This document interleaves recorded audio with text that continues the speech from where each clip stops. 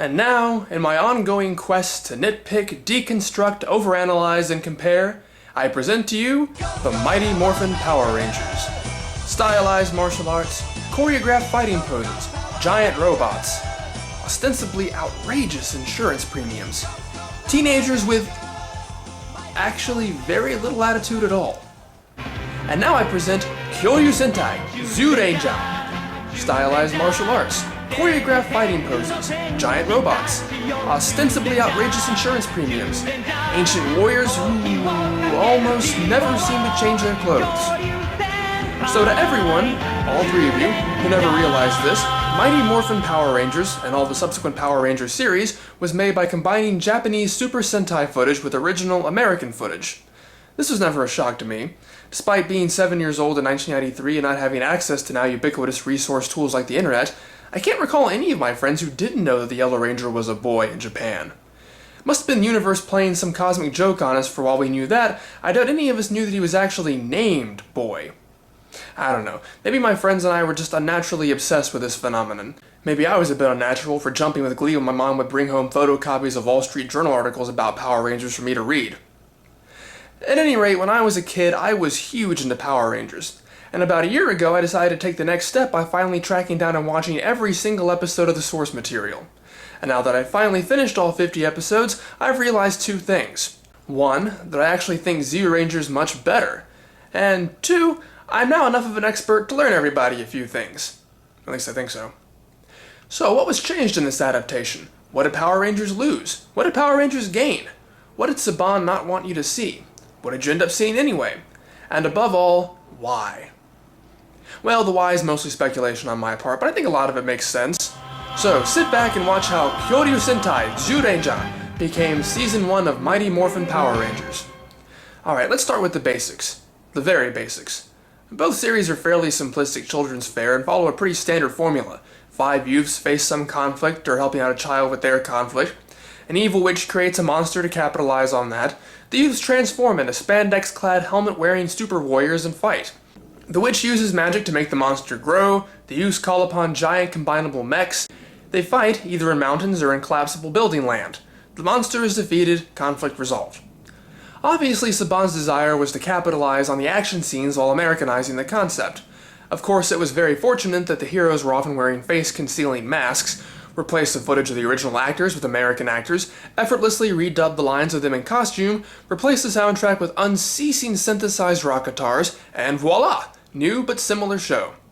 Funnily enough, though, they went the much more direct route with the villains, simply dubbing over the Japanese actors rather than creating new footage. But while the day-to-day plots were often pretty similar, the overall plot was much different. In Zyuranger, we eventually find out that the witch Bandora was originally a queen in prehistoric times, whose son Kai was killed by a dinosaur because he was a dick and liked to bust open dinosaur eggs for fun. In her grief, she became a witch to get revenge by making a deal with Satan. Seriously, the big floating head is named Dai Satan, or Great Satan. She wiped out nearly all the dinosaurs and was only stopped when the guardian beast gods chose 5 Zyurangers from the royalty of 5 different tribes to fight against her. They beat Bandora and sealed her away along with her minions on the planet Nemesis. But knowing that she might break free and wreak havoc once again, the Zyurangers allowed themselves to be put into stasis until such a day as they are needed again. Well, in 1992, the Japanese space program manages to get to planet Nemesis and unwittingly releases Bandora, who immediately starts wreaking havoc on Earth again. Barza, the wizard overseer of the Zyurangers, who now works as the maintenance man of an apartment building, hey, you gotta pay the bill somehow, reactivates the Zyurangers and they once more leap into the fray, reawakening their old powers bit by bit in an effort to stop Bandora again. In Mighty Morphin Power Rangers, I guess the producers wanted protagonists the children could more easily relate to. So the ancient revived warrior concept was dropped for average teenagers randomly given powers, giant robots, and weapons. In this version, Rita Repulsa had long ago threatened the Earth in some vague way, until the interdimensional warrior Zordon managed to seal our way on the moon. Not that this looks in any way like the moon. In the meantime, Zordon became stuck in some sort of time warp and appeared only as a giant liquidy head in a tube. He and his assistant, the robot Alpha 5, have maintained their high-tech command center out in the desert where Kirk fought the Gorn in Star Trek, until Rita is revived by astronauts, at which point the teens are summoned, given powers, and promptly walk out because they don't believe that any of this is real. Now, if Rita had been even slightly intelligent, she might have left them alone in order that they might believe it was all a trick, but instead she immediately sends her ground troops to attack them, forcing them to use their powers to come out triumphant. In the introduction alone, you realize two things. One is that there's a much bigger emphasis on technology in Power Rangers. Interdimensional time warps, morphing grids, command centers, robot buddies. It's all high technology on a low budget. Zyuranger, while having the high-tech looking mechs, is very much rooted in fantasy. Wizards and witches, stone chambers, shelves filled with ancient tomes, warriors from prehistoric times. One's not necessarily better than the other, although Power Rangers is admittedly more consistent, but it does create a totally different tone. The other thing that immediately becomes clear is that Zyuranger has a build to it, while Power Rangers, probably because this is an untested formula, jumps right into showing off all the cool toys. In Zyuranger, the warriors first start off in hand-to-hand combat, then they have to go on a quest to revive their melee weapons, then they eventually get their guardian beasts, and it isn't until the 6th episode that they're finally able to combine into Daijujin, the great beast god. In Power Rangers, they get their powers, their Zords, and combine into Megazord all in the same episode, and they seem to know exactly how to use it despite never being told. And while we're on the subject of the mechs, the guardian beasts of Zyuranger are actually sentient gods who often give advice or even order around their pilots, while in Power Rangers they're just empty robots that never speak or act independently. I guess the whole god issue would have probably been a big no-no on US children's television. The early episodes were a bit rocky for Power Rangers. Like I said, they already played all their trump cards in the very first episode, so they had all this stock footage to use but didn't have plots for. So what was their solution? Screw the story, we have action. My favorite example is with Dora Sphinx. All of Bondora's monsters have the prefix Dora. In Zyuranger, this is a two-parter where a Sphinx monster, who also had a human guise, asked children riddles, and if they couldn't get them right, he would imprison their spirits in trees. Eventually, all the Zyurangers except Geki the Tyranno Ranger were imprisoned as well. It was at this point that Geki finds the dino crystals that will allow him to free his friends to combine their guardian beasts into Daijujin. But in Power Rangers, we already showed we didn't need any special crystals to combine the Dinozords, so this episode turned out really weird. The teen plot was that Jason, the Red Ranger, was trying to set a bench pressing record, but his friends kept getting in the way.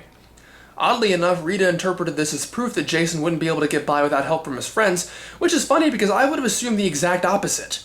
So she sends a Sphinx monster who doesn't seem to have any power to tell riddles at all, yet is somehow able to get Jason by himself. Zordon's then able to send Jason the power crystals that will bring his friends to him, which doesn't make much sense. If he could teleport the crystals, why couldn't he teleport the Rangers? The crystals are then used to create Megazord, which makes even less sense since they were already able to make Megazord. Oh, and I hope you like the footage of them using their crystals because you'll see it in nearly every episode of Power Rangers, even though the Zyurangers only had to do it once. In fact, Power Rangers love to pad out the episodes by showing the Zords transforming in every single episode, while Zyuranger usually just glosses over it to make room for, plot. I have a hard time labeling this as a complaint though, because I admit it was always exciting to watch the Zords transform. I mean, I had the toys. Most of the time I spent playing with them was just transforming them and de-transforming them into various modes. And as long as we're on this subject, I should mention the famous roll call. Pterodactyl! Triceratops! Saber-tooth tiger! Tyrannosaurus! There isn't exactly an equivalent for that in Zyuranger. In unison, they grab their trinkets, do a pose, yell, and are transformed. And yes, they're called Dino Bucklers, not Power Morphers. For Power Rangers aficionados, a lack of a roll call can be a bit jarring at first, but calling out Dino Buckler brings its own sort of satisfaction. So after getting settled in, the aforementioned formula took over for a while, with Power Rangers featuring similar but usually watered down plots.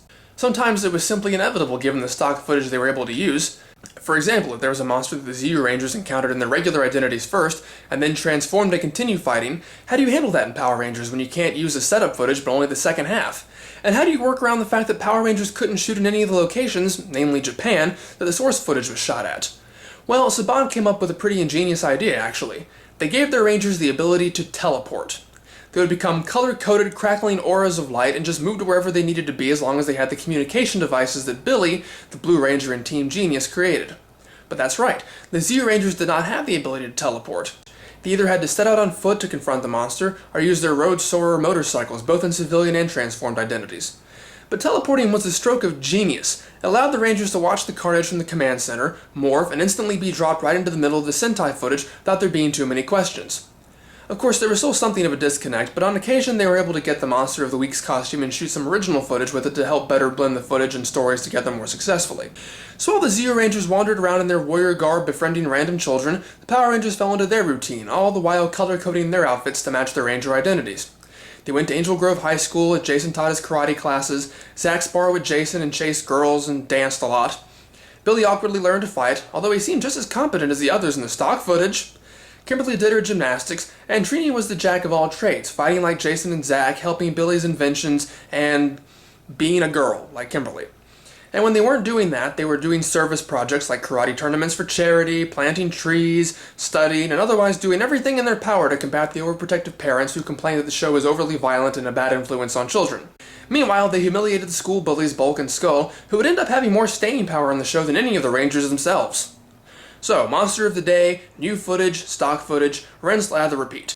Power Rangers had hit its stride and had become an overnight success, dare I say far beyond Saban's loftiest expectations. It had gotten past a few bumpy starts and had managed to figure out more or less how to adapt Zyuranger into a marketable entity in America. Things had become pretty routine, and there really wouldn't be anything else to talk about at all except a sixth Ranger came along. And he was not too happy. And while it arguably made Power Rangers even more popular, Saban had to do a lot of work to make this one family friendly. A lot.